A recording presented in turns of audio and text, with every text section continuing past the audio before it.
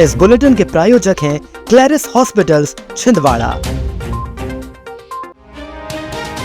मंगलवार दोपहर को छिंदवाड़ा मुख्यालय से महज 15 किलोमीटर दूरी पर ग्राम खुनाझिर खुर्द में कुएं में काम कर रहे 3 मजदूर धंस गए थे। इस घटना की सूचना पुलिस प्रशासन ने मौके पर पहुंचकर एनडीआरएफ की टीम की मदद से तीनों मजदूरों को निकालने के जरूरी तमाम प्रयास किए, लेकिन लगातार रेस्क्यू ऑपरेशन के बाद भी मलबे में दबे मजदूरों को नहीं बचाया जा सका। कुएं की मिट्टी धंसने से अंदर काम कर रहे मां बेटे समेत 3 मजदूरों को 24 घंटे से अधिक हो जाने के बाद भी खबर लिखे जाने तक बाहर नहीं निकाला जा सका। दुखद खबर ये सामने आई है कि लंबी जद्दोजहद के बाद भी तीनों जिंदगियों ने तड़प कर मौत के काल में समाहित हो गए। दोपहर के वक्त सीएम डॉक्टर मोहन यादव ने तीनों मजदूरों के निधन पर शोक व्यक्त कर मृतकों के परिजनों को 4-4 लाख रुपए की आर्थिक सहायता राशि दिए जाने की घोषणा की है। कल 3-3:30 बजे से घटना हुई सर, कुएं माटे गिरने से, मलमल गिरने से, और अभी तक 3 बजे तक दूसरे दिन 24 घंटे हो चुके, अभी तो कुछ पता नहीं है। पुलिस वालों ने किसी ने कोई मतलब छानबीन नहीं की। सुबह 10 बजे तक लड़का बोलता रहा, 6:45 बजे तक दोनों वो बोलते रहे। इसके बाद में लापता है, इसकी आवाज नहीं आती। जिला मुख्यालय से 15 किलोमीटर दूरी पर स्थित खुनाझिर खुर्द में निजी जमीन पर पुराने कुएं के गहरीकरण पर 3 मजदूरों के असामयिक निधन पर सांसद विवेक बंटी साहू ने शोक संवेदना व्यक्त की।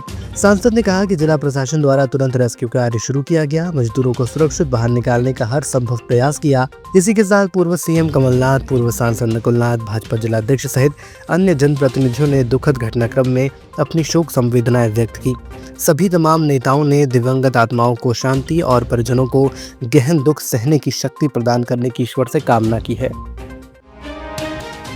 कलेक्टर शैलेंद्र सिंह ने खुनाझिर खुर्द गांव में बुधवार को कुएं के धंसने से 3 मजदूरों की मौत के बाद भारतीय नागरिक सुरक्षा संहिता 2023 की धारा 163 के तहत प्रतिबंधनात्मक आदेश जारी किया है, जिसमें जिले में कुओं और बावड़ियों की गहरीकरण, मरम्मत या ब्लास्टिंग का कार्य अब सुरक्षा उपकरणों और एसडीएम की अनुमति के बिना प्रतिबंधित रहेगा। आदेश का उल्लंघन करने पर भारतीय न्याय संहिता की धारा 223 के तहत कार्रवाई होगी। ये कदम आमजन की सुरक्षा और जान माल के खतरे को रोकने के लिए उठाया गया है। कलेक्टर शैलेंद्र सिंह के निर्देश पर डिप्टी कलेक्टर राहुल पटेल को अस्थायी रूप से जिला चिकित्सालय के प्रबंधन और निरीक्षण का प्रभारी अधिकारी नियुक्त किया गया है। एडीएम केसी बोपचे ने बताया कि डिप्टी कलेक्टर अस्पताल की व्यवस्थाओं को सुचारू बनाए रखने के साथ किसी भी समस्या की सूचना तुरंत संबंधित अधिकारी को देंगे। वे आवश्यकतानुसार अस्पताल प्रशासन को दिशा निर्देश प्रदान करेंगे और जन्म मृत्यु पंजीयन कार्य की सतत मॉनिटरिंग करेंगे। डिप्टी कलेक्टर अपनी रिपोर्ट नियमित रूप से कलेक्टर के समक्ष रखेंगे। ये कदम अस्पताल व्यवस्था को सुधारने के उद्देश्य से उठाया गया है। लेट लतीफी के रिकॉर्ड तोड़ रही पातालकोट एक्सप्रेस, यात्री हलाकान। छिंदवाड़ा से फिरोजपुर तक चलने वाली पातालकोट एक्सप्रेस बीते कुछ दिनों से बेपटरी हो गई है। रोजाना अपने पुराने रिकॉर्ड तोड़ते हुए ट्रेन 10 से 12 घंटे देरी से चल रही है, या यूं कहें कि सुबह आने वाली एक्सप्रेस शाम को पहुंच रही है और रात में रवाना हो रही है। इस लेट लतीफी के कारण यात्रियों को कई घंटे स्टेशन पर इंतजार करना पड़ता है। ऐसा ही मिला जुला हाल नागपुर शहडोल का भी है। वह ट्रेन भी अपने निर्धारित समय से 3 से 5 घंटे लेट चल रही है। इसी के चलते यात्री परेशान होते नजर आ रहे हैं। जिला प्रशासन द्वारा आयोजित मिलेट्स फूड फेस्टिवल के दूसरे दिन भी जिलेवासियों ने अपने परिवार के साथ पोला ग्राउंड में आयोजित मिलेट्स मेले में पहुंचे।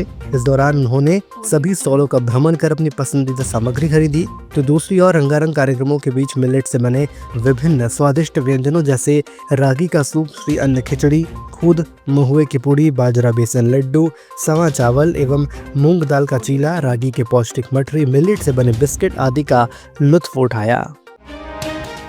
सांसद खेल कुंभ के तहत आयोजित 7 दिवसीय खेल महाकुंभ में जिला स्तरीय वेट लिफ्टिंग प्रतियोगिता का आयोजन स्टेडियम ग्राउंड में जारी है। इस शानदार खेल से खिलाड़ियों ने अपने उत्कृष्ट प्रदर्शन से दर्शकों का दिल जीत लिया। जिला स्तर पर हो रही इस प्रतियोगिता में प्रतिभागियों ने बढ़ चढ़कर हिस्सा लिया और अपनी खेल प्रतिभाओं का प्रदर्शन किया। खिलाड़ियों का उत्साहवर्धन करने के लिए मुख्य अतिथि के रूप में विश्वामित्र अवार्ड प्राप्त KR तिवारी और अन्य जनप्रतिनिधि उपस्थित रहे।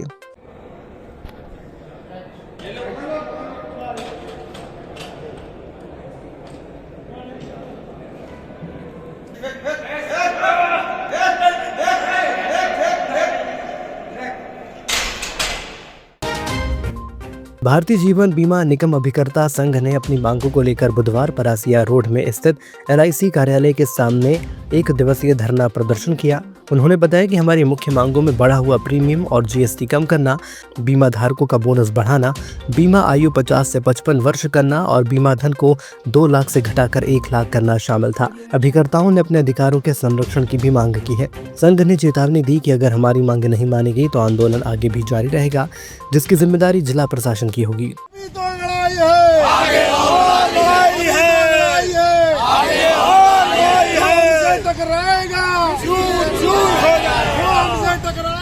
जन साधारण के लिए 2 लाख रुपए का बीमा 1 लाख रुपए का बीमा धन था, उसे आईआरडीए सरकार की मंशा से एलआईसी ने 2 लाख रुपए कर दिया, जिसकी पहुंच से हमारा आम आदमी जो कि गरीबी रेखा से नीचे चलता है, जिसको हम बीमा पहुंचाना चाहते हैं, वो ले नहीं पा रहा है।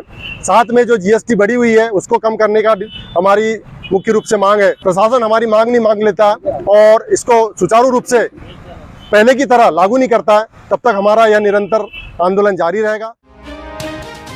शहर के अंबेडकर तिराहे पर बुधवार को बहुजन समाज पार्टी की राष्ट्रीय अध्यक्ष मायावती का 69वां जन्मदिन कल्याणकारी दिवस समारोह के रूप में मनाया गया। कार्यक्रम जिले भर से आए पदाधिकारियों ने अपने विचार व्यक्त किए। मुख्य अतिथि ज्ञानेश्वर गजबिये ने समाज को संबोधित करते हुए मायावती के सामाजिक और राजनीतिक योगदान पर अपने विचार व्यक्त किए।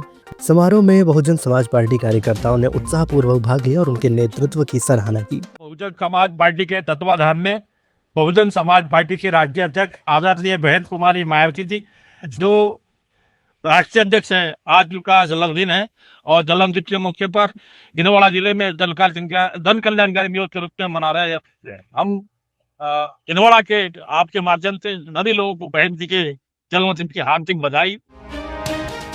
जिले के उमरा नाला में स्थित विद्युत वितरण केंद्र में 5 एचपी पंप कनेक्शन के लिए रिश्वत मांगने वाले जेई गजानन कड्डू और बाबू पुनाराम कड़वेकर को लोकायुक्त टीम ने 6,000 रुपए की रिश्वत लेते हुए रंगे हाथों गिरफ्तार किया। किसान जगदेव डोंगरे ने लोकायुक्त में शिकायत दर्ज कराई थी कि जेई ने कुछ दिनों पूर्व स्थायी कनेक्शन देने के बजाय मुझ पर ही गलत तरीके से बिजली चोरी का मामला बनाकर 30,000 रुपए की पेनल्टी नोटिस दिया और उसको सेटलमेंट करने के नाम पर 10,000 रुपए की रिश्वत मांगी।